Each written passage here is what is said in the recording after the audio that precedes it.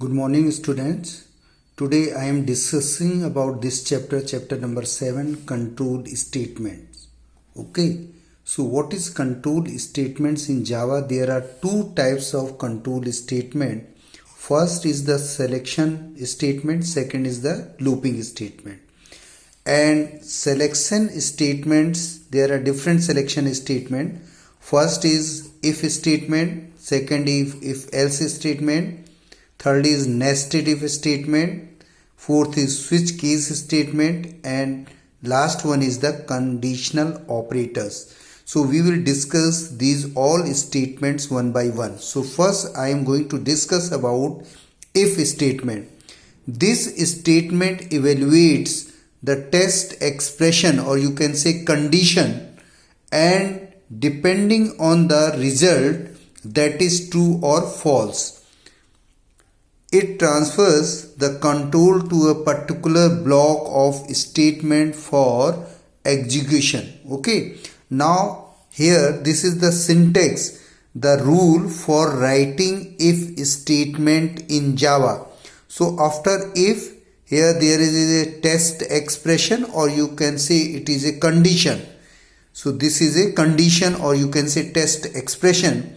So if this condition is true, so this curly bracket means if condition is true, then within the curly bracket these statements will execute. Okay, now see example. Suppose if condition is x greater than 10, then we have to store 100 into y. So how that statement will be written? See here.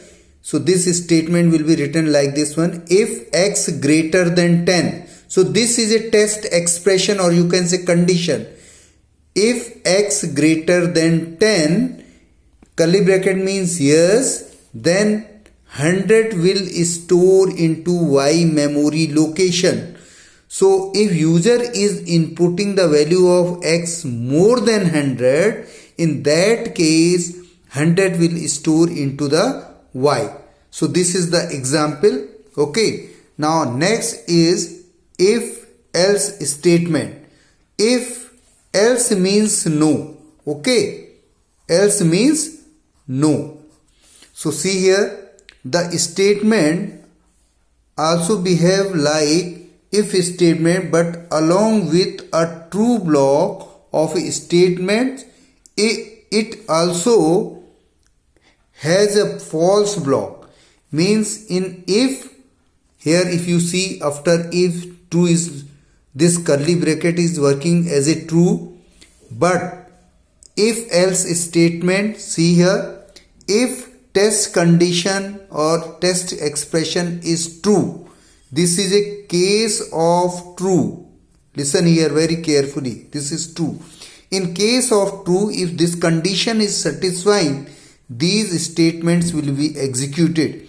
If this condition is false, so else is for the false. In no case, if this condition is false, then these statements will execute. So the first was if statement was only with the true, you can say, but in the second was true with the false condition.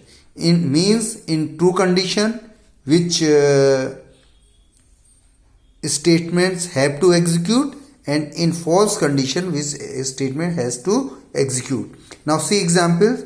If the value of x is greater than 10, this is a case of true, then y will store 100 will store into y memory location.